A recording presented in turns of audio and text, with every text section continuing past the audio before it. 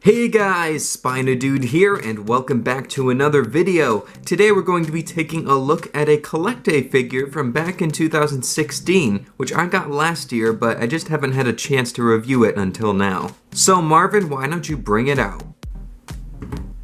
Thank you, Marvin. Alright, today guys, we are going to be taking a look at this. It is the Deluxe 1/20th scale CollectA Torvosaurus from 2016. Now, I got this guy last year from everythingdinosaur.com, but like I said a second ago, I just haven't had a chance to review it until now, but I cannot wait to jump in and take a closer look at this figure. So without further ado, guys, why don't we jump straight into the review.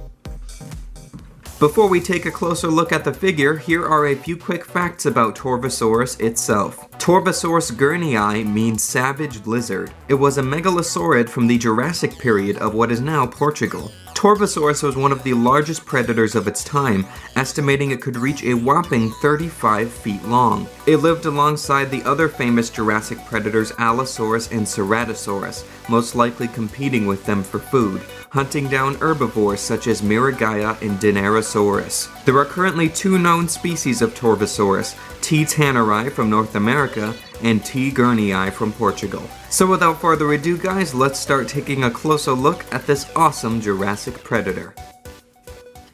Alrighty guys, well here we are, and here is the 2016 CollectA Torvosaurus guernii. And yes, it was confirmed on CollectA's official website that this particular model of this theropod is based off of T. guernii from Portugal rather than T. tanneri, which is from the Morrison Formation of the United States of America. For first impressions, I have to say that this figure looks really striking right off the bat, but when I'm actually handling this figure, it doesn't feel like too high of a quality of material that they've used here, or with this particular plastic they've used.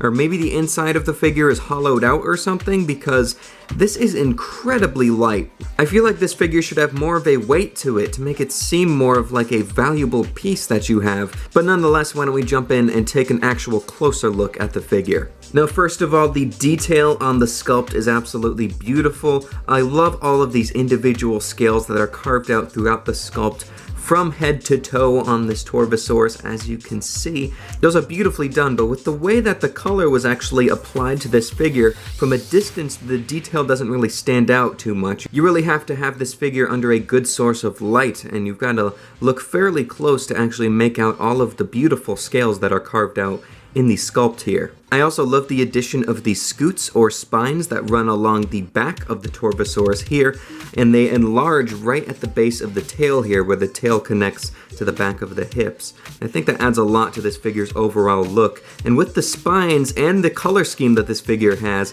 it actually reminds me of an iguana. Here's a closer look at the arms and the hands on this Torvosaurus figure. You can see that the hands are tipped with 3 digits, each are done with a black colored claw on the end, and the first finger is done with a claw that is particularly longer than the rest. The legs and the feet are done very nicely as well. You can see that the feet are very bird-like, and those are tipped with black claws as well, and you can see the dew claw on the back of the ankle there. Now this figure does have a base attached to it, which is a very plain base and is really not appealing to me at all. In my opinion, this base really detracts from the overall look of the figure with how simple it is. It's basically just a bumpy piece of plastic that has some footprints carved out in it. I do like the addition of the footprints carved into the sculpt. It looks as if the Torvosaurus is on the hunt after a small herbivore or something. Other than that, like I said, this is just a bumpy piece of plastic with hardly any detail on it whatsoever, and that really detracts from the overall look of this overall beautiful figure, in my opinion. The space does allow this figure to have a very dynamic pose, but still, I would have preferred if it had no base or just one with some more detail on it. The tail on this Torvosaurus figure is very active and might even be a little bit too active for a theropod dinosaur. Typically in large theropod dinosaurs, the tails are very stiff and rigid to help the animal with balance, but you can see that this one is being whipped about almost like a lizard tail or something. Now the head sculpt on this Torvosaurus figure is beautifully done, I have to say, and I love the mixing of the colors they've gone for here. The colors and the look of the overall body actually remind me of a green iguana, while the colors on the face with the red and the darkish gray color actually reminds me of a marine iguana. You can see that the eye is done in a solid glossy black color there, which really gives this figure a menacing look. The nostrils are carved out on the front of the snout as well, and the markings on the face sort of give the impression of shrink wrapping, but there really isn't any present on the face here. You can also see the ear carved out behind the eye on the head sculpt there. Now this figure has an articulated jaw, and with all the gapping between the jaw and the neck and the upper jaw and such, it's kind of obvious that it is movable. It doesn't open incredibly wide, but I think that is a believable amount of space that they give for the mouth to open. But when it closes up, it doesn't look incredibly natural when the mouth is closed, in my opinion. I think they should have produced it so the bottom jaw could slide up right between the upper row of teeth on the top jaw. But this is better than nothing, and it does give this a little bit of play value for children as well, so they can open the mouth, make like it's roaring or biting and such. The interior of the mouth has been sculpted and painted though with a fleshy pink color, and you can see the teeth are done in a creamy white color there. Now I do have a nitpick here with the throat. There is this section where the throat is very rubbery, and you can see it standing out there.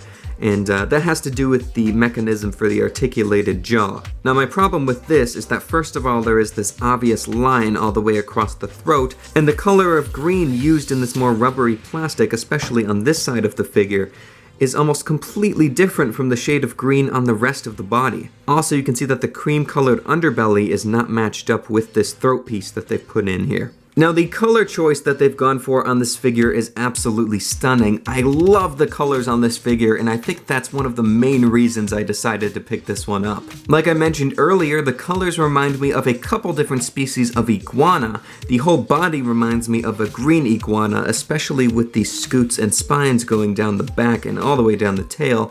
And the face reminds me of a marine iguana with the grays and the reds. I'm going to go ahead and guess that this figure is representing a male Torvosaurus gurnii because of the brightly colored markings on the face. Also, the pose is super dynamic on this figure. I love the pose that they've gone for here. It really looks like a triumphant predator is on the trail of its next victim. And of course this look can be changed slightly with the articulated jaw, which is a nice addition, and it does change the look of the overall figure. And this more dynamic pose could not be achieved probably if this figure did not have a base. So that is one of the pluses to having a base. I just would have preferred if it was more detailed. Alright, why don't we do a quick measurement of this figure? So Marvin, why don't you bring out the ruler? Thank you, Marvin. Alright, we've got our trusty flexi ruler now, so let's give this Torvosaurus a measure. So in terms of the length from the tip of the snout all the way to the tip of the curve in the tail, we are looking at a little under 10 inches. And in terms of the height at the highest point, which is the top of the head here, we are looking at about 5 inches. For some quick comparisons, here is the CollectA Torvosaurus next to the Papo-Allosaurus and the Papo 2017 Ceratosaurus. I thought I'd bring these two figures out because these predators did coexist with each other, and I think these figures overall look pretty nice with each other. Now, the detail qualities between these two companies are very different, and this Papo-Allosaurus is far from being scientifically accurate, but it is the only Allosaurus figure that I currently own, so I thought I would bring it out for comparison. And the colors on the Papo-Ceratosaurus and the Torvosaurus are actually quite similar with the shade of lime green that they've gone for. Also, for another quick comparison, I thought I'd bring out the CollectA Ankylosaurus just so we could have another CollectA figure in here for comparison. Alright guys, it's time for my overall rating on this figure, and I think that this 1/20th scale Deluxe Torvosaurus gurnii figure from CollectA deserves 4 stars out of 5, an epic rating. It was pretty close to getting a 3-star good rating, but I decided to give this figure the benefit of the doubt because overall it is a really stunning piece to look at, but I do have a handful of nitpicks that do kind of bother me about this figure. First of all, of course, we have the base. base, which is hardly detailed at all and just looks like a cheap piece of bumpy plastic in my opinion that's used to help prop the figure up. I would have been more okay with it if you could remove the Torvosaurus from the base, but it is stuck on there. But with the more recent figures that CollectA have been coming out with over the past year or so, the bases on their figures have definitely improved, which I am happy to see. Another nitpick I have is the throat area where the articulated jaw is attached to the figure.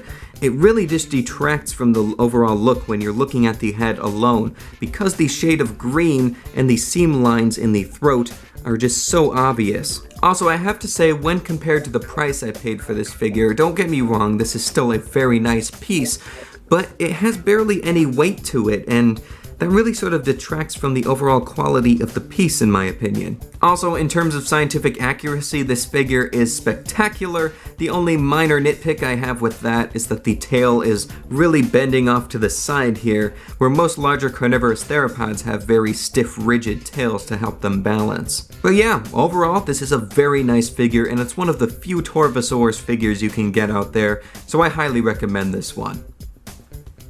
Well, there we go, guys. That was today's look at the 2016 Deluxe 1/20th scale Torvosaurus gurnii from CollectA. Although I have a few overall small problems with this figure, I think this piece is absolutely fantastic, and I think my favorite part has to be the color scheme on this figure, which is super unique and beautiful. If you guys are a fan of lesser known large carnivorous theropods, I highly recommend adding this one to your collection. So if you guys want to get this figure for yourself, I recommend going to www.everythingdinosaur.com. They offer great service and fast shipping, so I highly recommend checking them out. So anyway, guys, I hope you have enjoyed this video. If you did, leave a like down below and subscribe to the channel. Also leave a comment telling me what you think of this Torvosaurus model. So thank you so much, guys, for watching, and as always, I will see you in my next video.